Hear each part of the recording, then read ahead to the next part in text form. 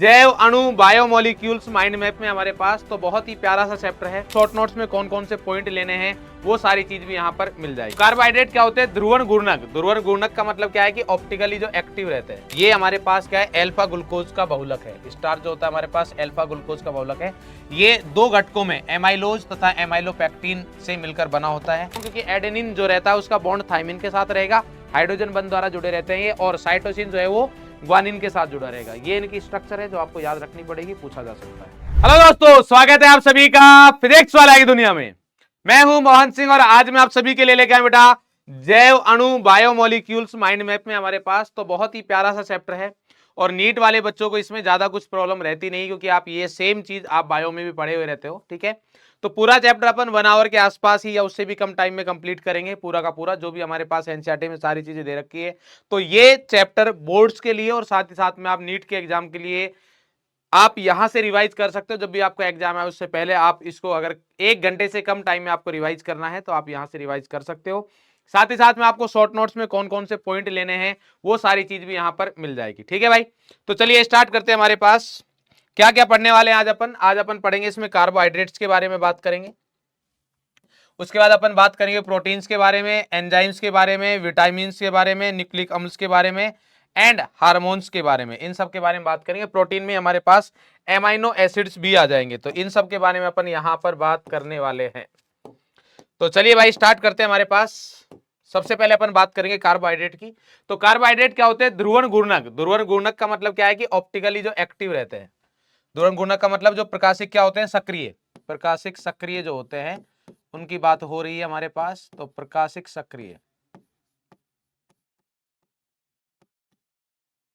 प्रकाशिक सक्रिय पॉलीहाइड्रोक्सी, जिनमें एक से ज्यादा हाइड्रोक्साइड OH ग्रुप हो और एल्डिहाइड अथवा कीटोन होंगे तो उनको अपन बोलते हैं कार्बोहाइड्रेट। इनके वर्गीकरण की अगर बात करें तो मोनोसैकेराइड, डाइसैकेराइड और पॉलीसैकेराइड। मोनोसैकेराइड क्या होते हैं? इनका आगे अपन हाइड्रोलिसिस नहीं कर सकते, मतलब जब अपन हाइड्रोलिसिस करेंगे तो कुछ नहीं मिलेगा। क्लियर? हाइड्रोलिसिस यानी कि जब जल अपघटन करेंगे तो अपन को कुछ नहीं मिलेगा। डाइसैकेराइड वो होते हैं हमारे पास जिनका अगर मैं H2O के साथ रिएक्शन कराऊं, हाइड्रोलिसिस करवाऊं, जल अपघटन कराऊं तो 2 मोनोसैकेराइड मिलेंगे। क्या मिलेंगे अपन को? 2 मोनोसैकेराइड मिलते हैं। अच्छा, एक ओलिगोसैकेराइड भी बोल दिया जाता है। ओलिगोसैकेराइड वो होते हैं जिनका अपन जल अपघटन कराने पर 2 से 10 मोनोसैकेराइड मिलते हैं। देन आता है पॉलीसैकेराइड। पॉलीसैकेराइड ये होते हैं हमारे पास कि H2O की अगर अपन रिएक्शन कराएं और 10 से ज्यादा अगर अपन को क्या मिले? मोनोसैकेराइड मिले तो उसको अपन क्या बोलते हैं? पॉलीसैकेराइड। ठीक है। ओलिगोसैकेराइड क्या होता है हमारे पास? ओलिगोसैकेराइड होते हैं हमारे पास ओलिगोसैकेराइड। ओलिगो में आता है जब अपन H2O जल अपघटन कराते हैं तो हमारे पास 2 से 10 यूनिट, 2 से 10 क्या मिलते हैं? मोनोसैकेराइड। इनके हमारे पास जो मोनोसैकेराइड और डाइसैकेराइड हैं ये शर्करा बोला जाता है इनको। ठीक है, शुगर बोला जाता है। क्या बोला जाता है? शुगर, क्योंकि ये टेस्ट में मीठे रहते हैं हमारे पास। इनके कुछ एग्जांपल्स दे रखे हैं, ग्लूकोज, फ्रक्टोज, राइबोज वगैरह मोनोसैकेराइड हो गए, सुक्रोज, माल्टोज एंड लैक्टोज हमारे पास डाइसैकेराइड हो गए, और polysaccharide starch, cellulose, glucagon and गोंद वगैरह ये हमारे पास क्या हो गए? पॉलीसैकेराइड हो गए। यहां पर हमारे पास आता है एल्डोज। एल्डोज उनको बोलते हैं हमारे पास जिनमें कितने कार्बन होते हैं, मतलब जिसमें मुख्य क्रियात्मक समूह एल्डिहाइड होता है। कीटोज किनको बोलते हैं? जिसमें मुख्य क्रियात्मक समूह कीटोन होता है। क्लियर है? देन आता है हमारे पास एल्डोज का एग्जांपल है ग्लूकोज। अब ग्लूकोज को एल्डो एक्सोज बोलते हैं। एल्डो का मतलब क्या है? जिसमें एल्डिहाइड ग्रुप है। हेक्स, हेक्स मतलब क्या है? जिसमें 6 कार्बन है। सेम चीज कीटो एक्सोज मतलब फ्रक्टोज में कौन सा क्रियात्मक समूह है? कीटोन है। एल्डिहाइड कीटोन में से कीटोन है और इसको कीटो एक्सोज बोलते हैं क्योंकि इसमें कितने कार्बन है? 6। अगर मान लीजिए 5 कार्बन हो उसको पेंटोज बोलते हैं, 4 कार्बन हो उसको टेट्रोज बोलते हैं। इस तरीके से। क्लियर है? और जो क्रियात्मक समूह रहेगा उसके अकॉर्डिंग एल्डोज या कीटोज रहेगा। अब अपन बात करते हैं हमारे पास, सबसे पहले अपन बात करते हैं ग्लूकोज के बारे में। तो ग्लूकोज सबसे पहले मोनोसैकेराइड पढ़ेंगे। मोनोसैकेराइड में आता है हमारे पास ग्लूकोज। तो ग्लूकोज की अगर मैं प्रिपरेशन की बात करता हूं, बनाने के मेथड्स की बात करता हूं हमारे पास, तो यहां पर आता है कि C12H22O11 यानी कि सुक्रोज की जब आप अभिक्रिया करवाते हैं, सुक्रोज हमारे पास डाइसैकेराइड है, तो यहां पर ग्लूकोज और फ्रक्टोज मिलता है। अभी अपन आगे बात करेंगे सुक्रोज में ये कौन सा रहता है, ये कौन सा रहता है। वैसे मैं बता देता हूं कि यहां पर जो रहेगा ये अल्फा डी ग्लूकोज रहता है और ये हमारे पास बीटा डी फ्रक्टोज रहता है। ये क्या रहता है? Beta D fructose. इसमें भी मजे की बात ये है कि अल्फा डी में भी ये प्लस, यानी कि ये कौन सा रहता है? डेक्स्ट्रो। आगे अपन बात करेंगे इसके बारे में। और ये हमारे पास रहता है माइनस, माइनस का मतलब क्या है, लिवो। जो स्मॉल डी और स्मॉल एल की अपन बात करते हैं प्रकाशिक समावयवता में, वो है हमारे पास। दूसरा स्टार्च या सेलुलोज ले, उसका हाइड्रोलिसिस कराएंगे, जलक बटन कराएंगे, तो यहां से अपन को ग्लूकोज मिलेगा। क्लियर है? ये हमारे पास प्रिपरेशन मेथड्स हो गए। नेक्स्ट अब बात करते हैं हम ये ग्लूकोज की संरचना के बारे में। तो अगर ग्लूकोज की संरचना के बारे में बात की जाए तो अपन ने क्या किया, काफी सारी रिएक्शंस करवाई और देन उसके बेसिस पर अपन देखते हैं ग्लूकोज में कौन कौन से क्रियात्मक समूह हैं, क्या क्या प्रेजेंट है। तो जब HI के साथ रिएक्शन करवाई तो यहां अपन को नॉर्मल हेक्सेन मिलता है। क्या मिलता है? Normal hexane. इससे पता चलता है कि यहां पर 6 कार्बन स्ट्रेट चेन में है। उसके बाद अपन अगर NH2OH के साथ रिएक्शन कराते हैं, ये एल्डिहाइड कीटोन वाली रिएक्शन है, NH2OH NH2Z वाली अभिक्रिया। तो ये जब अभिक्रिया करवाते हैं तो यहां पर क्या मिल रहा है, डबल बॉन्ड NOH। क्या मिल रहा है? डबल बॉन्ड NOH, यानी ऑक्सिजन मिल रहा है। इसका मतलब ये है कि यहां पर कीटोन या एल्डिहाइड ग्रुप प्रेजेंट है, कीटोन या एल्डिहाइड ग्रुप प्रेजेंट है। HCN के साथ अभिक्रिया कराते हैं तो भी हमारे पास ये पता चलता है यहां पर क्या कीटोन या एल्डिहाइड ग्रुप है। यहां पर साइनोहाइड्रिन अभिक्रिया, साइनोहाइड्रिन बन रहा है, वही एल्डिहाइड जो ग्रुप है वो अभिक्रिया कर रहा है। ये सेम एल्डिहाइड और कीटोन वाली है। Br2 जल के साथ अभिक्रिया करते हैं तो यहां से पता चलता है कि ये जो क्रियात्मक समूह है वो कौन सा है, एल्डिहाइड। क्योंकि अभी तक हमारे पास सिर्फ इतना ही पता चल रहा था हमें कि यहां जो क्रियात्मक समूह है एल्डिहाइड या कीटोन है, क्योंकि HCN के साथ कीटोन भी अभिक्रिया करता है, एल्डिहाइड भी करता है, NH2H के साथ भी एल्डिहाइड भी करता है, कीटोन भी करता है। Br2 जल के साथ अभिक्रिया CHO एल्डिहाइड ही COH में कन्वर्ट होता है, जो हमारे पास क्या मिलता है, ग्लूकोनिक अम्ल। अगर यहां पर कीटोन होता तो कीटोन की रिएक्शन जब Br2 जल के साथ अभिक्रिया करवाते तो कुछ नहीं होगा यहां पर। दैट मींस यहां से हमें यह पता चलता है कि Br2 जल की सहायता से अपन यहां पर ग्लूकोज और फ्रक्टोज को अलग अलग कर सकते हैं, क्योंकि ग्लूकोज ये अभिक्रिया दर्शाता है परंतु फ्रक्टोज ये अभिक्रिया नहीं दर्शाएगा। आगे अगर बात की जाए एसिटिक एनहाइड्राइड के साथ अगर मैं अभिक्रिया करवाता हूं तो एसिटिक एनहाइड्राइड के साथ यहां पर कितने एल्कोहल ग्रुप है, 4, ये 5। तो एसिटिक एनहाइड्राइड है, यहां से OH है तो 5 हमारे पास ये बन जाएंगे। कितने? 4, ये 5, ये सिंपल है। तो यहां से पता चलता है कि 5 एल्कोहल ग्रुप प्रेजेंट है हमारे पास।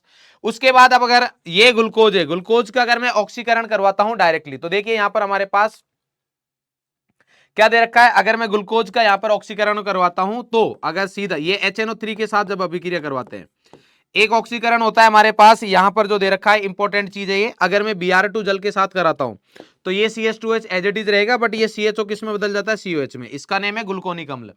बट अगर मैं अभिक्रिया कराता हूं HNO3 के साथ तो ये एल्डिहाइड और ये एल्कोहल दोनों ही COH में बदल जाते हैं और ये हमारे पास है सैकरिक अम्ल। सेम चीज जो ग्लूकोनिक अम्ल था, जो कब मिलता है, ये हमारे पास कब मिलता है, जब Br2 जल के साथ अभिक्रिया कराते हैं।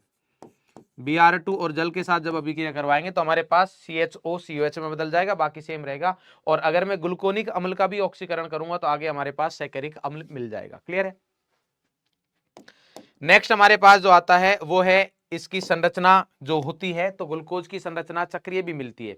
ये कैसे पता चलता है हमारे पास? ये पता चलता है कि जब अपन देखते हैं तो ग्लूकोज जो है सिर्फ परीक्षण नहीं देता है, और सिर्फ परीक्षण एल्डिहाइड कीटोन सभी देते हैं, बट ये सिर्फ परीक्षण नहीं दे रहा है। इसका मतलब ये है कि इसका एल्डिहाइड ग्रुप या कीटोन ग्रुप प्रेजेंट नहीं रहता है। तो वो क्यों नहीं रहता? क्योंकि जब इसकी चक्रीय संरचना बनती है तो यहां पर ये नहीं उपस्थित है। क्लियर है? साथ ही साथ में अगर बात करें तो NaHSO3 के साथ भी ये अभिक्रिया नहीं देता है। क्लियर है? ये पूछी हुई चीजें हैं कि हमारे पास ये कौन कौन से टेस्ट नहीं देता है। ग्लूकोज का पेंटा एसीटेट जो है हमारे पास, ग्लूकोज का जो पेंटा एसीटेट है ये रहा हमारे पास, पेंटा एसीटेट अभी हमारे पास ये रहा। तो इसकी अगर मैं अभिक्रिया की बात करूं तो ये भी हमारे पास हाइड्रोक्सिल एमीन NH2OH के साथ अभिक्रिया नहीं देगा, पेंटा एसीटेट नहीं देगा। डायरेक्टली अभिक्रिया करवाएंगे तो वो दे देगा। क्लियर है? अब बात आती है हमारे पास यहां पर, ये बहुत इंपॉर्टेंट पॉइंट है। देखिए जब अपन अभिक्रिया करवा रहे हैं तो C1 मतलब जो, अगर मैं यहां पर बात करूं, आपसे पता है कि अगर एल्कोहल एल्डिहाइड हो या कीटोन हो, अगर उसकी अभिक्रिया अपन करवाए किसके साथ, एल्कोहल के साथ, तो हमें मिलता है हेमी एसिटल। क्या मिलेगा? Hemiacetal. और अगर हेमी एसिटल की एक बार और अभिक्रिया करवा देते हैं तो अपन को मिलता है, एक बार और एल्कोहल के साथ अभिक्रिया करा दे तो अपन को मिलता है एसिटल। क्या मिलता है? एसिटल। अच्छा, हेमी एसिटल होता क्या है? हेमी एसिटल होता है कि जब एक कार्बन पर OH और OR समूह उपस्थित होता है उसको बोलते हैं हेमी एसिटल। और एसिटल क्या होता है? एक कार्बन पर जब 2 OR समूह उपस्थित रहते हैं तो उसको बोलते हैं अपन एसिटल। क्लियर है? तो यहां पर होता क्या है कि हमारे पास एल्डिहाइड ग्रुप है, ये एल्डिहाइड है, C1 और C5 अभिक्रिया करते हैं। जब C1 और C5 अभिक्रिया करेंगे तो ये sp2 संकरित कार्बन है, तो यहां पर दो तरीके से आक्रमण हो सकता है, मतलब जो H है वो लेफ्ट में भी रह सकता है और राइट में भी आ सकता है। क्लियर है?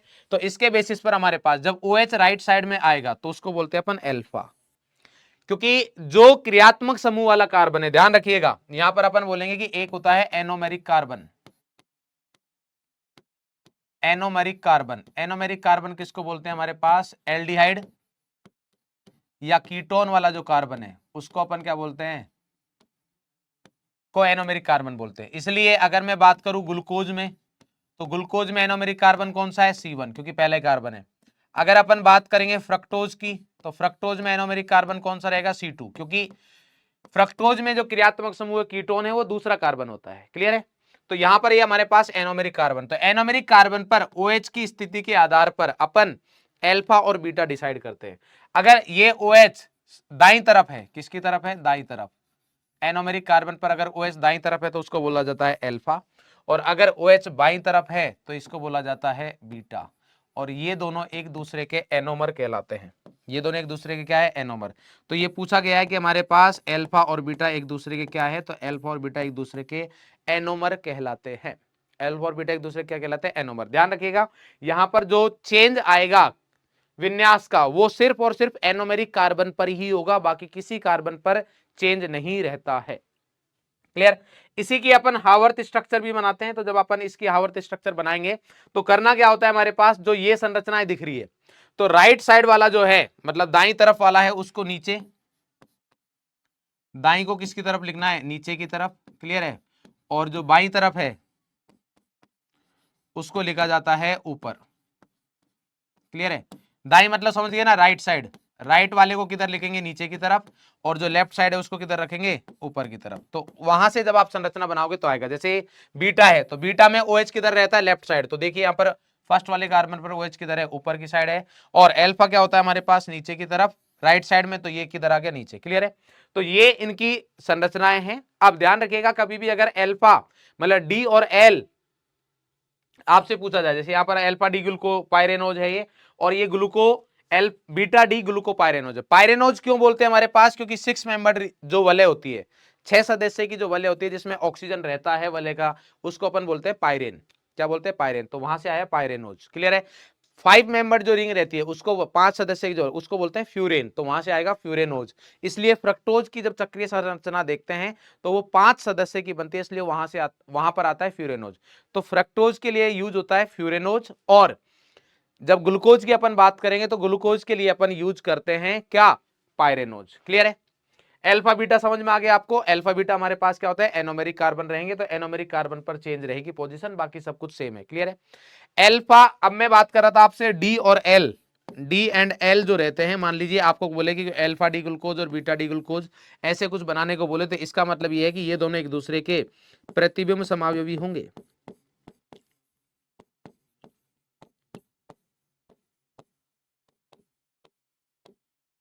क्या होंगे? प्रतिबिंब समावयवी। मतलब अगर आपको डी कॉन्फ़िगरेशन दे रखा है, डी विन्यास दे रखा है, ग्लूकोज का क्या दे रखा है आपको? डी विन्यास। जैसे मान लीजिए हमारे पास ये है, ये हमारे पास राइट साइड में ये लास्ट वाला कायरल कार्बन है, इस पर OH राइट साइड में, तो ये डी ग्लूकोज है। अगर आपको एल ग्लूकोज बनाना है तो क्या करना है? पूरे के पूरे ये OH इधर आ जाएगा, ये OH इधर आ जाएगा, ये OH इधर चला जाएगा, ये OH इधर आ जाएगा, ये हमारे पास एल ग्लूकोज बन जाएगा। क्लियर है? सेम चीज अब अपन बात करेंगे फ्रक्टोज की। तो फ्रक्टोज की जब आप संरचना देखोगे तो फ्रक्टोज की हमारे पास संरचना क्या रहती है? जैसे आपने ग्लूकोज की बनाई है उसी तरीके से बनानी है आपको, ज्यादा कुछ दिमाग लगाना नहीं है। देखिए यहां पर है हमारे पास CH2OH, जैसा ग्लूकोज में यहां पर 2 कार्बन इधर, उसके बाद 1 कार्बन इधर है, 1 कार्बन पर OH इधर है, उसके बाद राइट साइड में आता है। परंतु फ्रक्टोज में तो हमारे पास क्या आ जाता है? कीटोन। तो ये आ गया हमारे पास। अब ये कौन सा फ्रक्टोज है? डी है कि एल है? तो यहां पर लास्ट कायरल कार्बन कौन सा है? ये कैसे पता चला ये लास्ट है? क्योंकि यहां पर ये कार्बन कौन सा है? मुख्य क्रियात्मक समूह। तो ऊपर से देखेंगे तो इस पे OH राइट साइड में, इसका मतलब ये कौन सा है? D fructose. क्या है हमारे पास? ये डी फ्रक्टोज। तो डी फ्रक्टोज की भी हमारे पास अब जो यहां पर बंद बनेगा वो कौन सा बनेगा? C1C2, ये एनोमेरिक कार्बन है, और ये कौन सा है? C5। ये कौन सा है? C5। तो C2 और C5 के बीच में बंध बनता है, तो यहां पर भी हेमीएसिटल बनेगा। क्या बनेगा? हेमीएसिटल। तो यहां पर देखिए हमारे पास ये एनोमेरिक कार्बन, अब इधर क्या है, वहां पर एल्डिहाइड में H था, यहां पर H की जगह क्या आएगा? CH2H। तो वही सेम कार्बन पर अगर वो H राइट साइड तो उसको अपन क्या बोलेंगे? अल्फा, और अगर लेफ्ट साइड में है तो उसको अपन क्या बोलेंगे? बीटा। और ये देखिए 5 सदस्य ही, 5 कार्बन 5 वलय का ही यहां पर क्या बनेगी? हमारे पास रिंग बनेगी। 5 सदस्य की क्या बनेगी? हमारे पास रिंग बनेगी, वलय 5 सदस्य की रिंग बनेगी। इसलिए इसको क्या बोलते हैं? फ्यूरेनोज। क्या बोल रहे हैं इसको? फ्यूरेनोज। क्लियर है? ये माइनस जो है इसका मतलब ये है कि स्मॉल एल है, लीवो रोटेटरी है। कौन सा है? Levorotatory. क्लियर? ये दोनों एक दूसरे के क्या हो गए? एनोमर। क्यों? क्योंकि ये अल्फा है, ये बीटा है, तो इसके एनोमेरिक कार्बन दूसरा कार्बन है, ये 1 ये 2। क्लियर? चलिए अब अपन बात करते हैं, हमारे पास डाइसैकेराइड की बात करते हैं। अच्छा, यहां पर हमारे पास आता है कि अपचाई अनपचाई शर्करा, एक आता है हमारे पास अपचाई शर्करा, अपचाई शर्करा। तो अपचाई शर्करा क्या होती है हमारे पास? जो फैलिंग सॉल्यूशन, फैलिंग विलियन, विलियन के साथ अभिक्रिया कर दे, मतलब प्लस टेस्ट, पॉजिटिव टेस्ट परीक्षण देवे। और उसके अलावा हमारे पास कौन सा है? टोलन, टोलन परीक्षण भी कैसा दे? हमारे पास पॉजिटिव दे। वो सब क्या रहते हैं हमारे पास? अपचाई शर्करा। वो सब शर्करा कौन सी रहती है हमारे पास? अपचाई शर्करा। अच्छा, दूसरी हमारे पास अनअपचाई शर्करा होती है। दूसरी हमारे पास क्या होती है? अनअपचाई शर्करा। अनअपचाई शर्करा क्या होगी? जो ना तो टोलन देगा और ना ही क्या देगा हमारे पास? फैलिंग। ना तो टोलन देगा और ना ही क्या देगा? फैलिंग। यानी कि फैलिंग विलियन और टोलन विलियन दोनों कैसे आएंगे? यहां पर नेगेटिव आएंगे। कौन से आएंगे? नेगेटिव। अब आपको क्या रखना है दिमाग में? हमारे पास बिल्कुल सिंपल सा पॉइंट है कि अगर हेमीएसिटल प्रेजेंट है, देखो सभी मोनोसैकेराइड, सभी मोनोसैकेराइड जो होते हैं,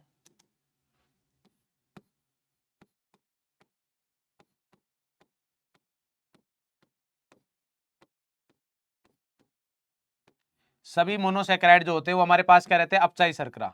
अब डाई सैकेराइड और पॉलीसैकेराइड में आपको क्या देखना है कि अगर हेमीएसिटल प्रेजेंट है, क्योंकि अगर मोनोसैकेराइड भी देखोगे तो अपचाई शर्करा इसलिए है क्योंकि यहां पर हेमीएसिटल बंद प्रेजेंट है। ये देखो यहां पर क्या है? OH, और इसी कार्बन पर क्या है? OR। तो अगर एक कार्बन पर OH और OR रहते हैं उसको क्या बोलते हैं अपन? हेमीएसिटल। ऐसे सेम ग्लूकोज में भी प्रेजेंट रहता है। तो सिंपल है, आपको ये देखना है कि अगर हेमीएसिटल प्रेजेंट है, यहां पर लिखेंगे अगर हेमीएसिटल उपस्थित है, अगर हेमीएसिटल उपस्थित है तो इसका मतलब यह है कि उस वो जो शर्करा रहेगी या वो जो हमारे पास कार्बोहाइड्रेट रहेगा उसको अपन कब बोलेंगे कि वो फैलिंग सॉल्यूशन, फैलिंग विलियन के साथ पॉजिटिव देगा, टोलन रिएजेंट के साथ भी क्या देगा? पॉजिटिव टेस्ट देगा। उसके साथ साथ अगर अपन बात करें हमारे पास म्यूटा रोटेशन, म्यूटा घूर्णन, तो वो भी हमारे पास क्या मिलेगा? पॉजिटिव मिलेगा।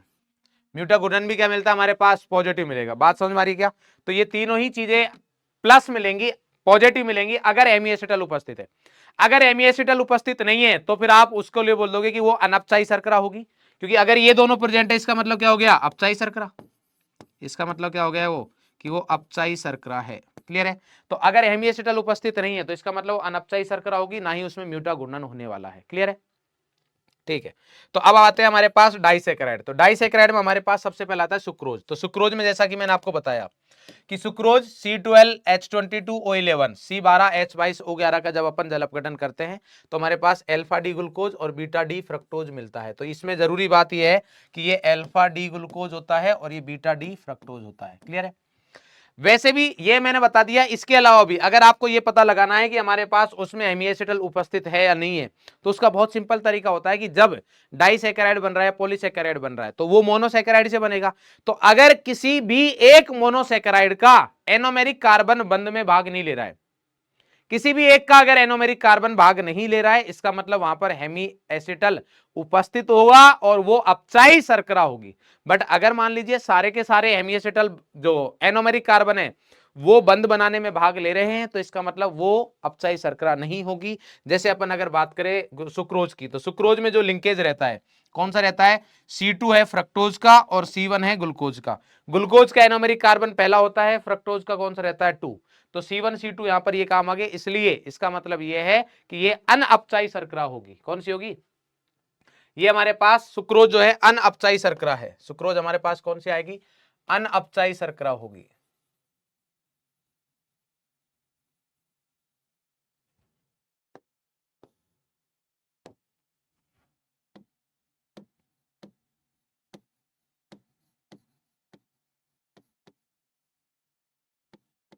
सुक्रोज जो हमारे पास क्या है? अनअपचाई शर्करा। क्यों? क्योंकि देखिए यहां पर हमारे पास हेमीएसिटल बंध उपस्थित नहीं है, क्योंकि यहां पर क्या दे रखा है कि ये कार्बन पर O R और यहां कार्बन, यहां भी कार्बन, तो इसका मतलब यहां हेमीएसिटल उपस्थित नहीं है, यहां पर भी हेमीएसिटल उपस्थित नहीं है, ना इस पर ना इस पर, तो किसी पर भी नहीं है।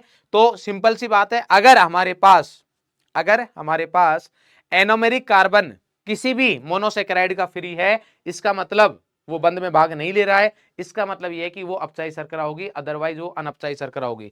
तो यहां पर आप देखोगे कि फ्रक्टोज का एनोमेरिक कार्बन कौन सा रहता है? दूसरा, अभी बताया था। और ग्लूकोज का एनोमेरिक कार्बन कौन सा रहता है? पहला। ये दोनों ही यहां पर बंध बनाने में भाग ले रहे हैं। तो आपको इतना ही ध्यान रखना है कि हमारे पास कौन कौन सा काम करता है यहां पर। ये C1 of glucose and C2 of fructose, ये हमारे पास है। अच्छा, इस बंध को क्या बोलते हैं? इसको बोलते हैं अल्फा बीटा ग्लाइकोसिडिक बंध। अल्फा बीटा क्यों बोलते हैं? क्योंकि एक अल्फा है और दूसरा क्या है हमारे पास? बीटा। ग्लूकोज अल्फा है और ये बीटा है। क्लियर है? तो इसका मतलब ये कि हमारे पास अनवृत्त शर्करा, देखो यहां पर दे भी रखा है ये। अच्छा, इसको अपवृत्त शर्करा बोलते हैं। क्या बोलते हैं? अपवृत्त शर्करा। अपवृत्त शर्करा का क्या मतलब है कि ये इनवर्ट शुगर, अगर अंग्रेजी भाषा में बात करें तो इसको क्या बोला जाता है? इनवर्ट शुगर बोला जाता है। इनवर्ट शुगर का क्या मतलब है? इनवर्ट शुगर का मतलब ये है, क्योंकि अगर आप इसकी बात करोगे तो ये होता है डेक्स्ट्रो रोटेटरी। क्या होता है ये? डेक्स्ट्रो। क्लियर है? इसको क्या बोलते हैं? दक्षिणावर्त गुणक। जबकि यहां पर अगर इन दोनों की बात करोगे तो ये तो डेक्स्ट्रो ही है, ये तो कौन सा है? डेक्स्ट्रो, क्योंकि यहां से दिख रहा है, देखो ये प्लस है, और ये कौन सा है हमारे पास? लीवो। और इसका जो एंगल रहता है घुमाने का, वो रहता है लगभग माइनस का 92.7, मतलब माइनस का 92.7 के आसपास, जबकि इसका रहता है 52.4 के आसपास प्लस में। तो ये देखिए हमारे पास डेक्स्ट्रो है, मतलब ये पीपीएल को, प्रकाश समतल ध्रुवित प्रकाश है, उसको क्लॉकवाइज यानी कि घड़ी की दिशा में घुमाएगा। बट जब इनका इसको जब वाटर में मिलाते हैं, जल में घोलते हैं, तो उस वाले केस में एक मोल हमारे पास किसका मिलेगा? ग्लूकोज का, एक फ्रक्टोज का। ग्लूकोज का कोण कितना है? 52 डिग्री क्लॉकवाइज में घुमाएगा, और ये कितना घुमाएगा? माइनस का 92। ओवरऑल हमारे पास माइनस वाला ज्यादा है, इसलिए जैसे ही जल में जाता है तो वो जो एंगल है वो घूम जाएगा, मतलब डेक्स्ट्रो से ये विलियन कैसा हो जाएगा? लीवो। इसलिए इसको क्या बोलते हैं? इन्वर्ट। कि इन्वर्ट हो गई, चीजें बदल गई, डेक्स्ट्रो से क्या हो गया? लीवो हो गया, इसलिए सुक्रोज को इन्वर्ट शुगर बोलते हैं। क्लियर? नेक्स्ट हमारे पास है माल्टोज। तो माल्टोज में हमारे पास जो है दोनों यूनिट किसकी होती है? अल्फा डी ग्लूकोज की। अल्फा डी ग्लूकोज और अल्फा डी ग्लूकोज। अब मैं आपसे बोलूंगा कि अपचाई शर्करा है अनअपचाई शर्करा, तो आप बोलोगे, देखो अल्फा डी ग्लूकोज का कौन सा है? C1। ये हमारे पास है अल्फा डी ग्लूकोज। इसका जो मोनोमर है वो कौन सा है? Alpha D glucose. अब इसमें इंपॉर्टेंट बात यह है कि इसमें लिंकेज कौन सा रहता है? तो इसमें रहता है हमारे पास C1C4 अल्फा ग्लाइकोसिडिक लिंकेज।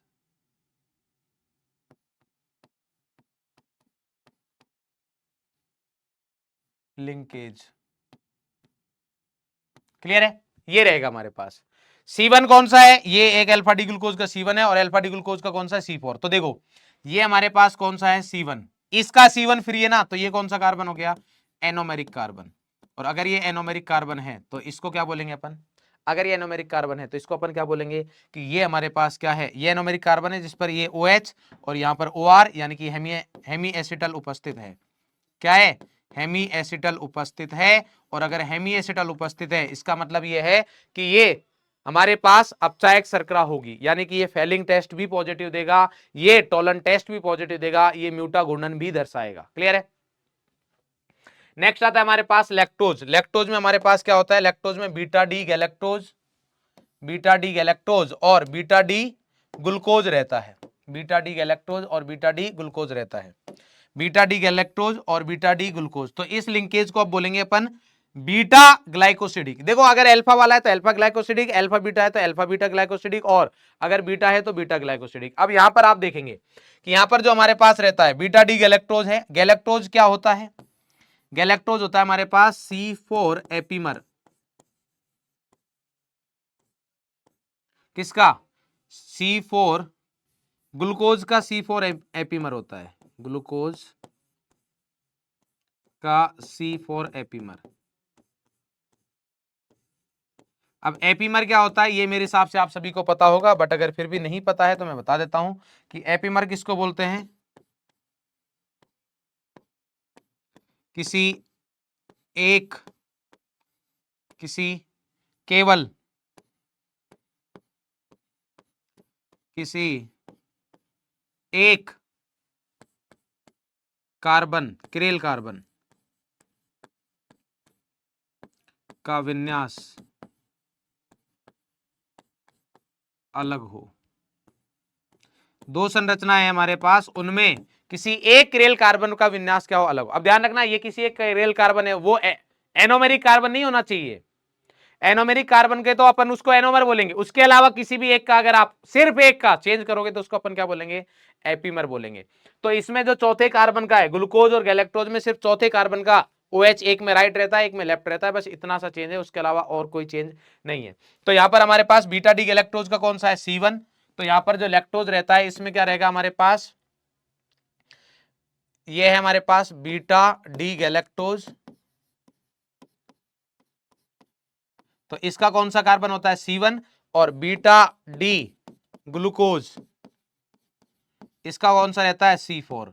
तो C1 C4 लिंकेज रहेगा। अब इंपॉर्टेंट बात यह कि ग्लूकोज जैसा ही है, गैलेक्टोज सिर्फ C4 वाला ही तो चेंज है। तो ये जो है हमारे पास, इसका तो एनोमेरिक कार्बन आ गया गैलेक्टोज का, तो बट ग्लूकोज का एनोमेरिक कार्बन क्या है हमारे पास? फ्री है। ये हमारे पास क्या है? एनोमेरिक कार्बन फ्री है। इसका मतलब ये है कि सर यहां पर अगर एनोमेरिक कार्बन फ्री है, ये बंध में भाग नहीं ले रहा है, इसका मतलब ये है कि सर ये अपचाई शर्करा होगी। क्या होगी हमारे पास? अपचाई शर्करा। क्लियर है? नेक्स्ट आ गया हमारे पास, अब आता है पॉलीसेकेराइड। नेक्स्ट क्या आएगा हमारे पास? पॉलीसेकेराइड। पॉलीसेकेराइड में हम बात करेंगे स्टार्च की। तो ये हमारे पास क्या है? अल्फा ग्लूकोज का बहुलक है। स्टार्च जो होता है हमारे पास अल्फा ग्लूकोज का बहुलक है। ये दो घटकों में एमाइलोज तथा एमाइलोपेक्टिन से मिलकर बना होता है। एमाइलोपेक्टिन जो रहता है वो 80 से 85% रहता है। 80 से कितना रहता है? 85% रहता है। जबकि अगर मैं बात करूं हमारे पास एमाइलोज की, तो एमाइलोज 15 से 20% रहता है। एमाइलोज कितना रहता है? 15 से 20% रहेगा। ठीक है। पौधों में मुख्यतः संग्रहित पॉलीसेकेराइड कौन सा होता है? स्टार्च होता है। तो यहां पर अगर देखें हमारे पास, अब ये अल्फा ग्लूकोज का बहुलक है, इसलिए इसमें जो बंधन मिलेगा वो कौन सा मिलेगा? अल्फा बंधन मिलेगा। अच्छा, ये हमारे पास एमाइलोज है। इसमें इंपॉर्टेंट बात यह है कि जो एमाइलोज रहेगा ये हमारे पास रेखीय रहता है। एमाइलोज जो रहता है ये हमारे पास रेखीय रहेगा, और इसमें जो लिंकेज मिलेगा, जो बंधन मिलेगा वो मिलेगा C1C4। अगर C1C4 का लिंकेज मिलता है तो वो रेखीय मिलता है। बट अगर मैं एमाइलोपेक्टिन की बात करता हूं तो ये हमारे पास क्या रहता है? रेखीय भी रहता है और साकित भी रहता है। रेखीय और साकित दोनों रहता है। अगर रेखीय और साकित दोनों रहता है तो इसका क्या मतलब है? इसका मतलब यह है कि सर अगर ये रेखीय और साकित है तो इसमें C1C4 लिंकेज तो रहेगा ही रहेगा। C1C4 तो लिंकेज रहेगा, C1 एंड C4। साथ ही साथ में आप देखोगे कि यहां पर जब आप स्टार्च में एमाइलोपेक्टिन बनाओगे, क्या बना रहे हैं? एमाइलोपेक्टिन, तो C1C6 भी रहेगा। C1C6 पर साकित हो रहा है, C1C4 पे लीनियर रह रहा है। तो यहां पर C1C4 एंड C1C4 लिंकेज तथा C1C6 लिंकेज, ये जो रहता है ये साकित के लिए, ये जो रहता है वो लीनियर के लिए। क्लियर है? तो ये आपको दिमाग में रखना है। बाकी मैंने बता दिया कि 15 से 20% वो रहता है, 20 से 25 वो रहता है। नेक्स्ट पॉलीसेकेराइड आता है हमारे पास सेलुलोज। सेलुलोज जो है हमारे पास वो भी अल्फा डी ग्लूकोज का ही बहुलक है। ये भी अल्फा ग्लूकोज का ही बहुलक है।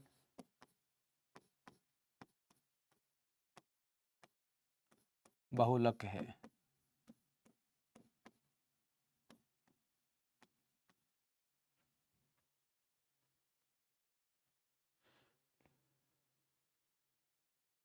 सॉरी, क्या लिख दिया मैंने? अल्फा लिख दिया क्या? बीटा। किसका रहेगा हमारे पास? सेलुलोज जो रहता है वो किसका रहता है? बीटा ग्लूकोज का बहुलक है। सेलुलोज किसका रहता है? बीटा का। क्लियर है? अल्फा का हमारे पास कौन सा रहता है? अल्फा का हमारे पास रहता है स्टार्च। स्टार्च जो रहेगा अल्फा का।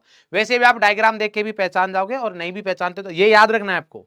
ठीक है? तो जब आप देखोगे यहाँ पर तो आपको दिख रहा है कि OH इधर नीचे वाला, C1 पर OH नीचे है। नीचे मतलब राइट साइड वाले को क्या बोला था अपन ने? अल्फा, और लेफ्ट साइड वाले को क्या बोला था अपन ने? बीटा। क्लियर है। तो सेलुलोज हमारे पास विशिष्ट रूप से केवल पौधों में मिलता है, और यहां पर भी जो लिंकेज रहेगा वो C1C4 एंड C1C6 दोनों रहते हैं। इसमें ये जो एमाइलोपेक्टिन है, एमिलोपेक्टिन जो है उससे ज्यादा साकी रहता है, एमिलोपेक्टिन से अधिक साकित रहता है,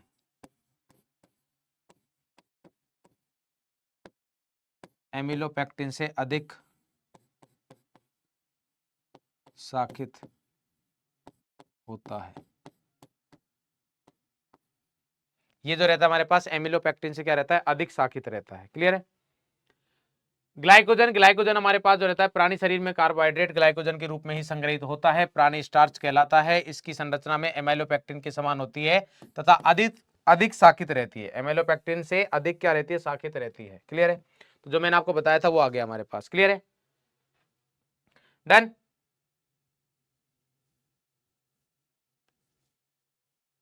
तो यहां पर जो है, यहां आपको लिखना है कि हमारे पास ये जो लिंकेज है इसमें जो साकित रहेगा, अधिक साकित रहता है तो C1C6 ज्यादा रहेंगे, क्योंकि एमिलोपेक्टिन जो है हमारे पास वो भी साकित रहता है। तो साकित जब भी रहता है तो C1C6 की वजह से रहते हैं, और असाकित जो रहता है, रेखीय जो संरचना बनेगी वो किसकी वजह से बनती है, C1C4 की वजह से बनती है। क्लियर है।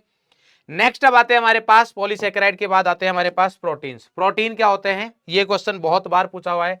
प्रोटीन जो होते हैं अल्फा एमिनो अम्लों के बहुलक होते हैं, यानी कि अगर आप प्रोटीन का जल अपघटन कराओगे तो आपको क्या मिलेंगे, अल्फा एमिनो अम्ल मिलेंगे। क्लियर है। पेप्टाइड बंध द्वारा जुड़े होते हैं, पेप्टाइड बंध अपन बात करेंगे हमारे पास क्या होते हैं। क्लियर है, पेप्टाइड बंध क्या होते हैं वो भी अपन बात करेंगे। अच्छा, एमिनो अम्ल क्यों बोलते हैं इनको, क्योंकि इसमें एमिनो ग्रुप और अम्ल COH ग्रुप दोनों उपस्थित रहते हैं। यहां पर एमिनो अम्ल ये कौन सा है, COH है, इसके जस्ट पास वाला कार्बन अल्फा है। अगर मान लीजिए हमारे पास बीटा कार्बन पर NH2 जुड़ा रहेगा तो उसको बीटा एमिनो अम्ल बोल देंगे, गामा पर जुड़ा रहेगा तो उसको गामा बोल देंगे। क्लियर है। तो यहां पर अगर मैं इसके एमिनो अम्लों का वर्गीकरण की बात करता हूं तो हमारे पास दो तरीके से बोल सकते हैं अपन। एक होता है हमारे पास अनावश्यक एमिनो अम्ल और दूसरा है आवश्यक एमिनो अम्ल। आवश्यक एमिनो अम्ल वो होते हैं हमारे पास जो हमारे शरीर में नहीं बनते हैं, तो वो अपन को बाहर जो भोजन वगैरह है उसके थ्रू अपन को ग्रहण करने पड़ते हैं, वो होते हैं हमारे पास आवश्यक। और अनावश्यक क्या है, जो हमारी बॉडी में ही बन रहे हैं, वो क्या है हमारे पास अनावश्यक एमिनो अम्ल होते हैं। जितने भी एमिनो अम्ल होते हैं हमारे पास वो ज्यूटर आयन की फॉर्म में रहते हैं। ज्यूटर आयन क्या होता है हमारे पास, ये ज्यूटर आयन है, डाइपोलर, यहां पर NH3+ और ये क्या है COO-। क्लियर है। तो ये हमारे पास है। इसके अलावा जो वर्गीकरण रहता है वो हमारे पास आता है, अगर मैं इनके वर्गीकरण की और बात करूं तो एमिनो अम्ल हमारे पास तीन तरीके के होते हैं वर्गीकरण और करें तो अपन। एमिनो अम्ल कौन कौन से, एक होता है हमारे पास अम्लीय, एसिडिक, बेसिक और न्यूट्रल। एक होता है एसिडिक, एक होता है हमारे पास बेसिक और एक होता है न्यूट्रल। तो ये हो गया हमारे पास अम्लीय, ये हो गया हमारे पास क्षारीय और ये हो गया हमारे पास उदासीन। अम्लीय, क्षारीय तथा उदासीन। अम्लीय कौन से होंगे, जिसमें COH की संख्या, मतलब अम्लीय समूह ज्यादा है क्षारीय से। यहां पर क्या होगा हमारे पास, जिसमें COH ग्रुप ज्यादा है NH2 से, मतलब ये आ गया C+O OH ग्रुप जो है वो ज्यादा है किससे, NH2 समूह से। या ऐसे बोल सकते हो आप कि अम्लीय समूह क्षारीय समूह से ज्यादा है। क्षारीय क्या होगा, जिसमें NH2 समूह ज्यादा है अम्लीय से, और उदासीन क्या रहेगा, जिसमें NH2 समूह जो है वो बराबर होगा COOH समूह के। इसको अपन क्या बोलेंगे, उदासीन। क्लियर है। तो ये तीन तरीके के हमारे पास यहां पर रहते हैं। ठीक है। अब अपन बात करते हैं इससे आगे प्रोटीन की संरचना पर। तो प्रोटीन की संरचना की अगर मैं बात करूं तो जैसा कि आपको बताया कि हमारे पास प्रोटीन बनते कैसे हैं, जैसे अगर मान लीजिए हमारे पास दो एमिनो अम्ल मिल रहे हैं तो उसको बोलते हैं अपन डाइपेप्टाइड। अगर दो एमिनो अम्ल मिल रहे हैं, ये आ गया हमारे पास, और पेप्टाइड बॉन्ड होता क्या है, ये पेप्टाइड बंध है। यहां से जो हमारे पास बन रहा है ये हमारे पास क्या है, पेप्टाइड बंध है। ये एक H2 निकलता है। जब एक पेप्टाइड बंध बनेगा तो इसका मतलब ये है कि हमारे पास 18 U कम होगा मास, क्योंकि H2 का मास कितना होता है, 18 U। एक मोल H2 यानी कि 18 ग्राम हो जाएगा। तो ये हमारे पास जो बंध है उसको अपन क्या बोलते हैं, पेप्टाइड बंध बोलते हैं। क्या बोलते हैं, पेप्टाइड बंध। इसमें एक बात ध्यान रखने वाली होती है हमारे पास की, जैसे मान लीजिए ये ग्लाइसिन है और ये क्या है हमारे पास, एलेनाइन। अकेला ग्लाइसिन ही हमारे पास एक ऐसा एमिनो अम्ल है, ये बहुत जरूरी बात है, लिख लीजिएगा। अकेला ग्लाइसिन ऐसा एमिनो अम्ल है जो प्रकाशिक अक्रिय है, उसके अलावा बाकी सभी एमिनो अम्ल प्रकाशिक सक्रिय होते हैं। क्लियर है। और यहां पर जो मैंने बोला कि ये हमारे पास ग्लाइसिन और एलिनिन जुड़े हैं, तो ये हमारे पास एक बना है। फॉर एग्जाम्पल मेरे पास एक एमिनो अम्ल है पी, एक एमिनो अम्ल है क्यू, तो अगर मान लीजिए लेफ्ट में पी और राइट में क्यू, तो एक हमारे पास डाइपेप्टाइड ये बना। या फिर अगर मैं लेफ्ट में क्यू और राइट में पी बनाऊं, तो ये दोनों अलग अलग डाइपेप्टाइड होते हैं, इनको सेम नहीं कंसीडर करते, अलग अलग बनाया गया है, अलग अलग माना जाता है इनको। क्लियर है। तो अगर मेरे पास दो एमिनो अम्ल मिल रहे हैं तो उसको बोल रहे हैं डाइपेप्टाइड। दो एमिनो अम्ल यानी कि एक डाइपेप्टाइड में एक एमिनो अम्ल और जोड़ दिया जाए तो बन जाएगा ट्राइपेप्टाइड। ट्राइपेप्टाइड में एक और जोड़ दिया टेट्रापेप्टाइड, पेंटापेप्टाइड, हेक्सापेप्टाइड, इसी तरीके से बनता है। क्लियर है। तो अगर हमारे पास 10 से ज्यादा होते हैं, पॉलीपेप्टाइड बोलते हैं उसको, और अगर 100 से ज्यादा एमिनो अम्ल हो, 100 से ज्यादा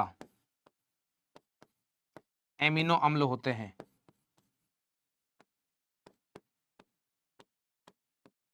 तो उसको अपन बोलते हैं प्रोटीन। उनको अपन क्या बोलते हैं? प्रोटीन। क्लियर है। हाँ, बट एक ध्यान रखना है आपको कि इंसुलिन जो रहता है उसमें 51 मिलते हैं, तो ये याद रखना है, इंसुलिन प्रोटीन होता है और इंसुलिन को अपन क्या बोलते हैं, हमारे पास इसमें 51 एमिनो अम्ल रहते हैं, ये याद रखना है आपको, एनसीईआरटी की लाइन है। वर्गीकरण अगर आकृति के आधार पर बात करूं तो हमारे पास रेशेदार प्रोटीन रहते हैं, ये पूछा हुआ है। रेशेदार प्रोटीन के हमारे पास एग्जांपल क्या होते हैं? क्रिएटिन और मायोसिन। क्रिएटिन जो रहता है वो बालों में मिलता है, मायोसिन मसल्स मांसपेशियों में मिलता है ना। और उसके बाद है हमारे पास गोली, अच्छा इसको हमारे पास जो ये होता है ग्लोबुलर प्रोटीन्स, इसके एग्जांपल्स हमारे पास यहां पर देखें, इंसुलिन तथा एल्बुमिन, ये हमारे पास किसके एग्जांपल है? ग्लोबुलर प्रोटीन्स के एग्जांपल है। क्लियर है। नेक्स्ट आता है हमारे पास प्रोटीन की संरचना। तो प्रोटीन की संरचना की अगर मैं बात करूं तो यहां पर प्रोटीन की 4 संरचनाएं रहती है, प्राथमिक, द्वितीयक, तृतीयक और चतुर्थ। ठीक है, ये बहुत इंपॉर्टेंट है। प्राथमिक संरचना जो रहती है वो हमारे पास सीक्वेंस को बताती है। प्राथमिक संरचना जो रहती है वो किसको बताती है? सीक्वेंस को। ये हमारे पास मेनली जो बताती है, किसको बताती है? सीक्वेंस के बारे में बताती है कि सीक्वेंस अगर अलग अलग होगा तो उससे अपन को अलग अलग क्या मिलेगा? प्रोटीन मिलेगा। अलग अलग अगर जैसे पी और क्यू आ रहे, क्यू और पी आ रहे, तो वो अलग अलग हमारे पास क्या बनाएंगे? आगे चल के प्रोटीन बनेंगे। क्लियर है। तो प्राथमिक संरचना में मेनली हमारे पास सीक्वेंस रहता है और ये पेप्टाइड बंध से जुड़े रहते हैं। सीधी संरचना रहती है हमारे पास। क्या रहती है? सीधी संरचना। जैसे ये एमिनो एसिड 1 है, ये 2 है, ये 3 है, ये 4 है। क्लियर है। ऐसे करके हमारे पास कि किस सीक्वेंस में जुड़े हैं। अगर किसी भी एक एमिनो एसिड का भी सीक्वेंस बदल गया, इसका मतलब वो प्रोटीन बदल गया। क्लियर है। नेक्स्ट आता है हमारे पास द्वितीयक संरचना। द्वितीयक संरचना में हमारे पास दो तरीके, ये बताता है संरचना को, शेप को। किसको बताता है? शेप को। द्वितीयक संरचना जो होती है हमारे पास शेप के बारे में बताती है। अब ये जो है हमारे पास दो तरीके के रहते हैं। द्वितीयक संरचना जो है हमारे पास, इसमें दो तरीके की संरचना रहती है हमारे पास। कौन कौन सी है? यहां पर हमारे पास दो तरीके की संरचना रहती है, यहां पर लिखा हुआ भी है। एक होता है बीटा प्लेटेड, बीटा प्लेटेड लिखा हुआ है यहां पर, तो हिंदी नहीं लिख रहा हूं मैं क्योंकि लिखा हुआ है। दूसरा हमारे पास होता है अल्फा हेलिक्स। अल्फा हेलिक्स को क्या बोलते हैं? कुंडलित। अल्फा हेलिक्स जो रहता है उसमें रहता है हमारे पास अंतराण्विक हाइड्रोजन बंध। अंतराण्विक हाइड्रोजन बंध जैसे हमारे पास यहां पर रहेगा, देखिए ये एक ही है CO, इसी के एक ये जो हमारे पास बनी हुई है, इसी के अंदर हाइड्रोजन बंधन हो रहा है। बट जब आप बात करोगे बीटा प्लेटेड की, तो इसमें बनेगा अंतः आणविक, अंतः आणविक H बंध। क्या बनेगा? अंतः आणविक H बंध। मैं बता देता हूं, अंतः आणविक H बंध का मतलब ये है कि यहां पर अलग अलग है, अलग अलग मॉलिक्यूल के अंदर है, और यहां पर क्या है? सेम। ये हमारे पास क्या है? एक ही मॉलिक्यूल के अंदर, तो इसको बोलते हैं इंट्रा। अंग्रेजी में अगर बात करें तो इंट्रा मॉलिक्यूलर, और इसको बोलते हैं इंटर मॉलिक्यूलर। इसको क्या बोलते हैं हमारे पास? Inter molecular. तो ये ध्यान रखना है, ये सबसे इंपॉर्टेंट बात है यहां पर। क्लियर है। नेक्स्ट जो आता है हमारे पास, वो आता है हमारे पास प्रोटीन की तृतीयक संरचना।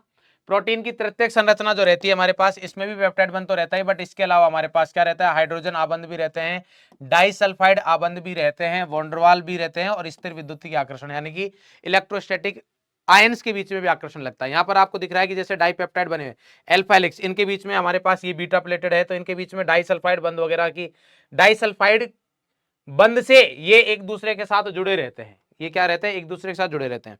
नेक्स्ट आता है हमारे पास प्रोटीन की चतुष्क संरचना, क्वाटनरी। तो इसमें हमारे पास वही सेम हाइड्रोजन बंध, डाइसल्फाइड, वॉन्डरवाल और स्थिर वैद्युताकर्षण सब रहते हैं हमारे पास इसमें भी। क्लियर है? नेक्स्ट अब यहां पर हमारे पास जो आता है वो आता है कि हमारे पास ये जो मैंने बता रखा है आपको प्रोटीन की संरचना है, ये हमारे पास है, ये प्राथमिक हो गया, ये द्वितीयक हो गया, तृतीयक हो गया और ये चतुष्क हो गया। क्लियर है? अच्छा, एक आता है हमारे पास डीनेचुरेशन, डीनेचुरेशन ऑफ प्रोटीन।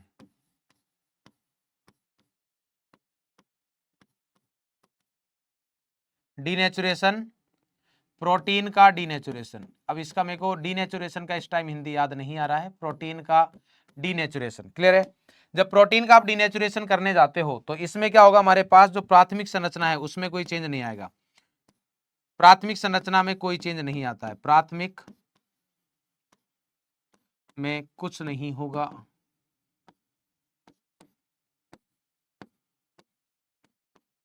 और बाकी सभी क्या हो जाती है? टूट जाती है। बाकी सभी क्या हो जाती है? टूट जाती है। क्लियर है? प्राथमिक तो आधार है, प्राथमिक आधार है, उसके अलावा बाकी सब टूट जाएंगे, क्योंकि बाकियों में हमारे पास कौन कौन से बंध रहते हैं? जैसे वो हाइड्रोजन बंद हो गया, डाइसल्फाइड बंद हो गया, ये सब बंद क्या रहते हैं? वीक रहते हैं। जबकि हमारे पास प्राथमिक में ओनली पेप्टाइड बंद रहता है जो कि स्ट्रॉन्ग रहता है, क्योंकि वो हमारे पास है संयोजक बंद है, संयोजक बंद है, वो हमारे पास क्या रहता है? स्ट्रॉन्ग रहता है। क्लियर है? प्रोटीन का डीनेचुरेशन बोलते किसको है? जैसे मान लीजिए अगर मैं कुछ भौतिक परिवर्तन करूं, जैसे तापमान वगैरह कम या ज्यादा कर दूं, या रासायनिक परिवर्तन करूं जैसे पीएच वगैरह चेंज कर दूं, तो उसको अपन क्या बोलते हैं? प्रोटीन का डीनेचुरेशन। क्लियर है? अब नेक्स्ट आता है हमारे पास यहाँ पर एंजाइम। एंजाइम क्या होते हैं हमारे पास? एंजाइम जो होते हैं वो जैव उत्प्रेरक होते हैं। लगभग सभी एंजाइम गोलिकाकार प्रोटीन होते हैं, यानी कि ग्लोबुलर। कौन से होते हैं हमारे पास? ग्लोबुलर। क्लियर है? एंजाइम किसी विशेष अभिक्रिया अथवा विशेष क्रियाधार के लिए विशिष्ट होते हैं। इसका मतलब यह है कि ऐसा नहीं कि किसी भी एंजाइम को उठा के कहीं पर भी यूज कर लिया, ऐसा नहीं। किसी एक पर्टिकुलर रासायनिक अभिक्रिया के लिए, जैविक अभिक्रिया के लिए कोई एक पर्टिकुलर ही अपन क्या विशेष ही एंजाइम यूज कर सकते हैं, इसीलिए इनको क्या बोला जाता है? जैव उत्प्रेरक। तो जैसे माल्टोज से ग्लूकोज बनाना हो तो अपन माल्टेज एंजाइम यूज करेंगे। क्या यूज करेंगे? Maltase enzyme. क्लियर है? विटामिन, विटामिन क्या होते हैं हमारे पास? ये विशिष्ट जैविक क्रियाओं के संपन्न होने के लिए हमारे आहार में उपलब्ध आवश्यक कार्बनिक पदार्थ है।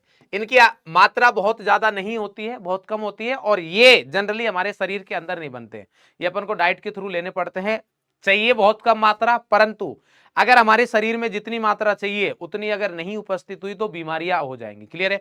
काफी सारी बीमारियां होती है। इनका जो वर्गीकरण होता है वो बहुत इंपॉर्टेंट है। वर्गीकरण एक होता है वसा विलेय विटामिन, दूसरा होता है जल में विलेय विटामिन। जल में विलेय विटामिन को याद कर लेना, बाकी सब वसा विटामिन है। जल में कौन कौन सी है? बी एंड सी विटामिन जो है वो जल वाली है, बाकी ए डी ई के हैं जो वसा विलेय विटामिन है। कौन सी है? वसा विलेय विटामिन। यहां पर अगर बात करें हमारे पास, तो यहां पर ये एनसीईआरटी से ही लिए गए हैं, कौन कौन सी विटामिन की वजह से कौन कौन सी बीमारियां होती है और उनका क्या स्रोत है, कौन सा कहां से। जैसे विटामिन ए है वो मछली के यकृत का तेल, गाजर वगैरह, मक्खन तथा दूध, इनसे मिलते हैं। कौन सी बीमारी होती है? आंखों के कॉर्नियों का कठोरीकरण हो जाता है, अगर मान ले आंखों रात्रि में अंधा हो जाता है, अंधे हो जाते हैं। विटामिन B1 की वजह से बेरी बेरी होता है, भूख कम लगती है, ये बीमारियां होती है। तो ये बता रखा है, ये आपको याद ही करना है। क्लियर है?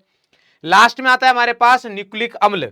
न्यूक्लिक अम्ल बहुत इंपॉर्टेंट है। तो न्यूक्लिक अम्ल देखिए हमारे पास, हमें क्या होता है कि हमारे जो मतलब वंशज है, वंशज तो मतलब आगे वाले आएंगे, बट जो हमारे बड़े बुजुर्ग लोग हैं, एंसेस्टर्स है, तो उनसे क्या होते हैं हमारे पास? कुछ गुण मिलते हैं, पीढ़ी दर पीढ़ी जाते हैं। उनका जो रीजन होता है, उसका जो कारण रहता है वो रहता है क्रोमोसोम। तो क्रोमोसोम आनुवांशिकता के लिए उत्तरदायी होता है। क्रोमोसोम जो रहते हैं हमारे पास, वो क्रोमोसोम जो रहते हैं हमारे पास वो किस किस से बने होते हैं? क्रोमोसोम, क्रोमोसोम दो पार्ट होते हैं, दो भाग होते हैं, दो लोगों से मिलकर बना होता है। एक होता है प्रोटीन जो कि अपन पढ़ चुके हैं, और दूसरा हमारे पास होते हैं क्या? न्यूक्लिक अम्ल। दूसरे क्या होते हैं हमारे पास? न्यूक्लिक अम्ल। तो न्यूक्लिक अम्ल हमारे पास होते हैं दो प्रकार के। न्यूक्लिक अम्ल हमारे पास कितने होते हैं? दो प्रकार के। तो न्यूक्लिक अम्ल मुख्यतः दो प्रकार के होते हैं। कौन कौन से? डीऑक्सी राइबो न्यूक्लिक अम्ल जिसको डीएनए बोलते हैं, तथा राइबो न्यूक्लिक अम्ल जिसको आरएनए बोलते हैं। अब यहां से तो आप लीड करोगे, है ना? अभी थोड़ी केमिस्ट्री थी, बायो है, तो बायो तो आप पढ़ा सकते हो। डीएनए तथा आरएनए के पूर्ण जल अपघटन से एक पेंटोज शुगर मिलती है, पेंटोज शर्करा मिलती है, शर्करा है ये, ठीक है, सरफरा लिख रखा है यहाँ पर, क्या है ये, शर्करा।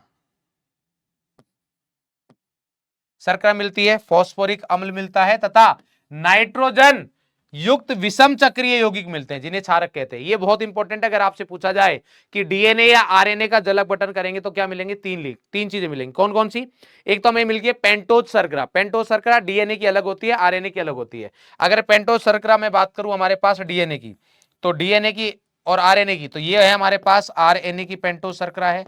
और यहां पर अगर डीएनए की पेंटोज शर्करा की बात करता हूं तो ये हमारे पास डीएनए की पेंटोज शर्करा है। उसके अलावा फॉस्फोरिक अम्ल यानी कि H3PO4 मिलेगा। और इसके अलावा अगर मैं बात करूं तो नाइट्रोजन युक्त विषम चक्रीय अपन को क्षार मिलेंगे। क्लियर है। पेंटोज शर्करा बनाना बहुत ईजी है, हमारे पास बीटा डी राइबोस होती है आरएनए में, बीटा डी 2 डीऑक्सी राइबोज होती है हमारे पास आरएनए में, डीएनए में। याद कैसे रखोगे, देखो जो ये वाले कार्बन है इनमें याद रखना है आपको OH OH ऊपर, तो यहाँ का OH ऊपर, यहाँ CH2OH ऊपर, और नीचे वाले कार्बन है उनमें दोनों में OH नीचे, तो यहाँ पर भी OH नीचे, यहाँ पर भी OH नीचे। यहाँ सेकंड वाले कार्बन का ऑक्सीजन नहीं है, इसीलिए बोल रहे हैं इसको डीऑक्सी, की ऑक्सीजन निकला हुआ है, तो ये क्या है, डीऑक्सी। तो संरचना याद रह जाएगी आराम से, कोई दिक्कत नहीं है। यहां पर हमारे पास जो ये है, ये हमारे वो बेस है जो क्षारक जिनकी बात हो रही है। अब इंपॉर्टेंट बात ये है कि डीएनए में भी 4 होते हैं, आरएनए में भी 4 होते हैं, परंतु चारों समान नहीं है। डीएनए में जो रहते हैं हमारे पास वो रहते हैं एडेनिन, ग्वानिन, साइटोसिन और थाइमिन।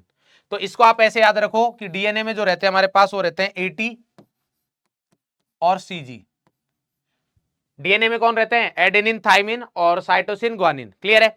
अब जैसे ही आरएनए आएगा, जैसे क्या आएगा हमारे पास आरएनए, आरएनए में भी हमारे पास 4 रहते हैं, but T for Tata, T को, थाइमिन को क्या कर दिया, टाटा कर दिया। और यहां पर क्या आ जाएगा, एडेमिन, इसमें थाइमिन की जगह यूरेसिल आ जाएगा, बाकी सेम वही रहेंगे। और ये मैंने इसलिए ऐसे बता रहा हूं क्योंकि एडेनिन जो रहता है उसका बॉन्ड थाइमिन के साथ रहेगा, हाइड्रोजन बंध द्वारा जुड़े रहते हैं ये, और साइटोसिन जो है वो ग्वानिन के साथ जुड़ा रहेगा। ये इनकी स्ट्रक्चर है जो आपको याद रखनी पड़ेगी, पूछा जा सकता है।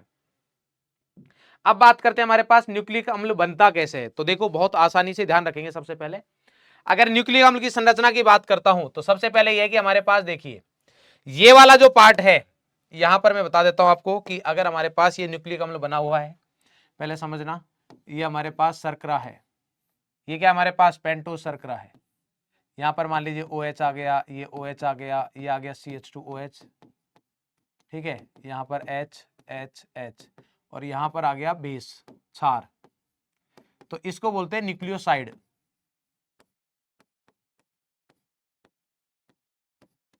इसको क्या बोलते हैं, न्यूक्लियोसाइड। मतलब किसको बोलते हैं कि अगर शर्करा के 1 कार्बन पर क्षार जुड़ जाए तो उसको बोलते हैं न्यूक्लियोसाइड। क्लियर है।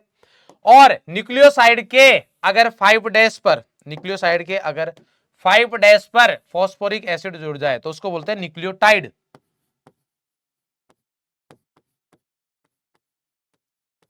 ये क्या है, न्यूक्लियोटाइड। क्लियर है। न्यूक्लियोसाइड के, क्षार के नहीं, न्यूक्लियोसाइड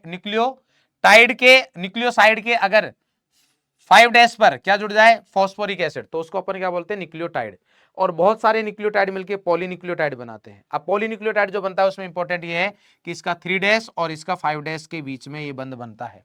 तो न्यूक्लियोटाइड के 3 और 5 के बीच में कौन सा बंध बनता है, फॉस्फोडाइएस्टर। ये पूछा हुआ है कि जब न्यूक्लियोटाइड आपस में जुड़ते हैं पॉलीन्यूक्लियोटाइड में कौन सा बंध रहता है, कौन सा रहता है, फॉस्फोडाइएस्टर रहता है। कौन कौन से शर्करा के कौन कौन से कार्बन पर रहता है, 5 और 3 और 5 के बीच में रहेगा। और ये बहुत सारी शर्कराएं मिलकर हमारे पास क्या बनाती है, पॉलीन्यूक्लियोटाइड। जो न्यूक्लिक अम्ल रहते हैं इनको पॉलीन्यूक्लियोटाइड भी बोलते हैं। क्यों, क्योंकि ये न्यूक्लियोटाइड्स के बहुलक है। बहुत सारे न्यूक्लियोटाइड मिलकर हमारे पास क्या बनाते हैं, पॉलीन्यूक्लियोटाइड बनाते हैं। क्लियर है। लास्ट आता है हमारे पास हार्मोन्स। तो कोशिकाओं के मध्य संदेश वाहक का कार्य करते हैं। अच्छा, आरएनए हमारे पास 3 प्रकार का होता है, mRNA, tRNA और rRNA, वो आप सभी को पता है। क्लियर है। तो यहां पर आता है हमारे पास कोशिकाओं के मध्य संदेश वाहक का कार्य करते हैं, अंतःस्रावी ग्रंथियों में बनते हैं, सीधे ही रक्त धारा में प्रवाहित कर दिए जाते हैं। क्लियर है। हार्मोन जो है रक्त धारा में हमारे पास प्रवाहित कर दिए जाते हैं और ये शरीर में जैविक क्रियाकारक में संतुलन बनाए रखने में क्या होते हैं, सहायक होते हैं। तो ये हार्मोन्स का काम है हमारे पास। ठीक है। और इसके साथ ही हमारा ये जो चैप्टर है बायोमोलिक्यूल्स वो कंप्लीट होता है। ठीक है। होमवर्क यही है कि आपको रिवाइज करने के बाद में PYQ लगाने हैं। रिवाइज करने के बाद में क्या लगाने हैं, PYQ। MCQ। जो केमिस्ट्री वाला पार्ट है जनरली वो हमारे पास जो कार्बोहाइड्रेट्स पढ़ते हैं स्टार्टिंग में, मोनोसेकेराइड, डाइसेकेराइड, पॉलीसेकेराइड वहीं तक का है। उसके बाद प्रोटीन्स में थोड़ा बहुत बोल सकते हो, बट जैसे न्यूक्लिक एसिड्स आते हैं, अपन वाइटामिन वगैरह पर आते हैं, तो वहां बायोलॉजी आ जाती है, और वो सब आपको पता है क्योंकि बायोलॉजी में आप वो चीज ज्यादा डेप्थ में पढ़े हुए हो। ठीक है भाई, तो बढ़िया तरीके से पढ़ाई करते रहिए। मिलेंगे अपन नेक्स्ट माइंड मैप में, तब तक के लिए हंसते रहे, मुस्कुराते रहे, स्वस्थ रहे, और हाँ, पढ़ाई जरूर करते रहे। Thank you.